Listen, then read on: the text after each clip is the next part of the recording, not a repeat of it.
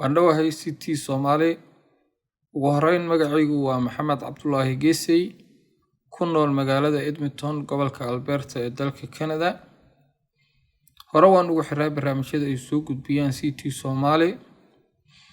Ani ahaan dalka Canada waxaan joogaa muddo sanad ah. Waxaan ku noolahay muddo 4 sano ah. Runtii nolosha Kampala iyo nolosha Canada waxa u dhexeeya farqi weyn. Nolosha Kampala waa nolol aad u adag. Runtii dhalinyarada Soomaaliyeed ee ku nool Uganda waxay u qaybsamaan 2 qayb. Qayb waxbarasho u joogto dalka Uganda iyo qayb u joogto process. Labaduba ma helaynin meel ay ka helaan shaqo. Waxaan aad u adag marka aad ku nooshahay Uganda, especially Kampala, ma helaysid meel aad subaxii u shaqo tagto. Dhammaan dhalinyarada ku nool dalka Uganda waxay ku tiirsan yihiin lacag ay u soo diraan familiadooda haddii joogi lahayn Soomaaliya iyo qaar looga soo diro dibaddaba. Fikirkii aan ka haystay Canada xilligii aan ku noolahay dalka Uganda, waxaan aaminsanahay Canada haddii aan imaado inay ka fursad badan tahay dalka Uganda. Runtii wayna dhacday.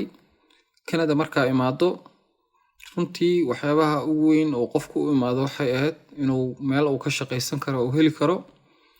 Wayna taalaa fursadaas dalka Canada.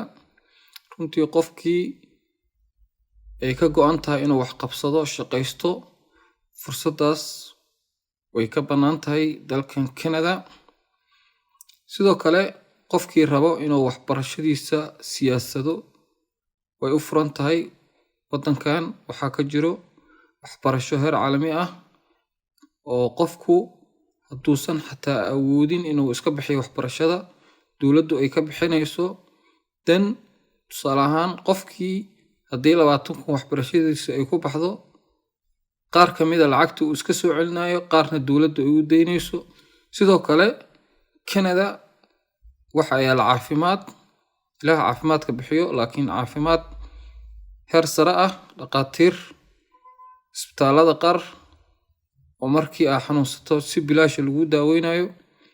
Marka expectation-kaasoo dhan waa aaminsanay, waana rumowday. Laakiin dadka qaar Afrika jooga waxay aaminsan yihiin Canada inay lacagtu iska taalo, shaqadu markasta available tahay. Wax kasta waxay ku xiran tahay marka Canada imaato dadaalkaaga iyo kartidaada. Way jiraan waxyaabo iga hoos baxay oo aanan hore u soo qaadan. Waxaa ka mid ah laysin. Waddankan Canada haddii aad taqaano luqadda laysinna haysato, waxyaabo badan ayaa kuu suurtagalayo. Sidaa darteed laysinku waa very important markii la joogo Canada. Tusaale ahaan maanta haddii aad shaqo meel ka hesho, su'aasha ugu horreysa oo lagu weydiinaa waxaa waaye laysin ma haysataa. Meeshaan company kasta wuxuu ka fikiraa qofkan shaqada on time ku imaan karayaa. Haddii aad laakiin markasta raid iyo inaad qof soo weydiisato ay u dareemaan, waxaa laga yaabaa inaad shaqadii lagu hargaray waayo oo sidaas shaqadii aad ku weyso. Marka ani ahaan waa iga hoos baxday inaan laysin soo qaato. Ugu dambeyn dhalinyarada u soo socoto dalkan waxaan kula tali lahaa number 1 inay soo qaataan laysin. Sidaan hore idinku sheegaba, laysinku waa muhiim marka imaanaysid Canada. Sidaa darteed waxaan igula talinayaa in qof kasta oo Canada imaanayo inuu hore u soo qaato laysinkiisa. Number 2 qofku inuu luqadda iska soo diyaariyo intuu Kampala joogo. Waddankan laysinka iyo luqaddaba muhiim waaye marka cusub tahay.